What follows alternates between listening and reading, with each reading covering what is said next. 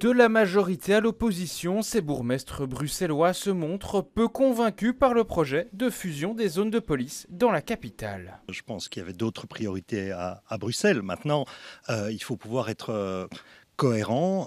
Le fédéral est compétent pour que cette réforme soit mise en place, dont acte, elle sera mise en place.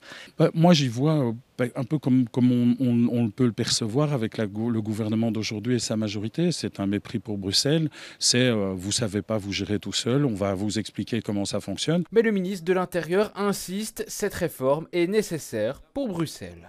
C'est une fusion qui va nous permettre d'améliorer très sensiblement la sécurité à Bruxelles en ayant une seule politique de police en fait. Pour le moment, vous avez 6 zones. Il faut savoir que les zones de police locale, au-delà des 7 fonctionnalités qu'elles doivent remplir, définissent pour elles-mêmes leur politique de sécurité, de manière indépendante par rapport aux autres zones. Et on comprend tout de suite, quand on entend ça, que c'est compliqué d'avoir une ville, une seule agglomération avec 6 politiques de police qui sont différentes. Pour tout centraliser, un collège de police regroupant les 19 bourgmestres serait mis en place, une centralisation accueillie tièdement. C'est beaucoup de questions parce que moi je pense pouvoir savoir ce qu'il convient de faire sur ma commune d'Uccle.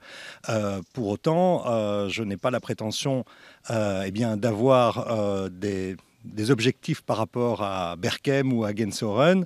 De même, je verrais mal le bourgmestre de Berchem ou d'Anderlecht venir m'expliquer ce qu'il convient de faire ici à Uccle. Côté socialiste, on craint un détricotage de la police de proximité. On souhaite toutefois des évolutions. C'est d'avoir de meilleures règles de répartition. Nos hommes, aujourd'hui, sont affectés à la prison pour remplacer les gardiens quand ils sont en grève.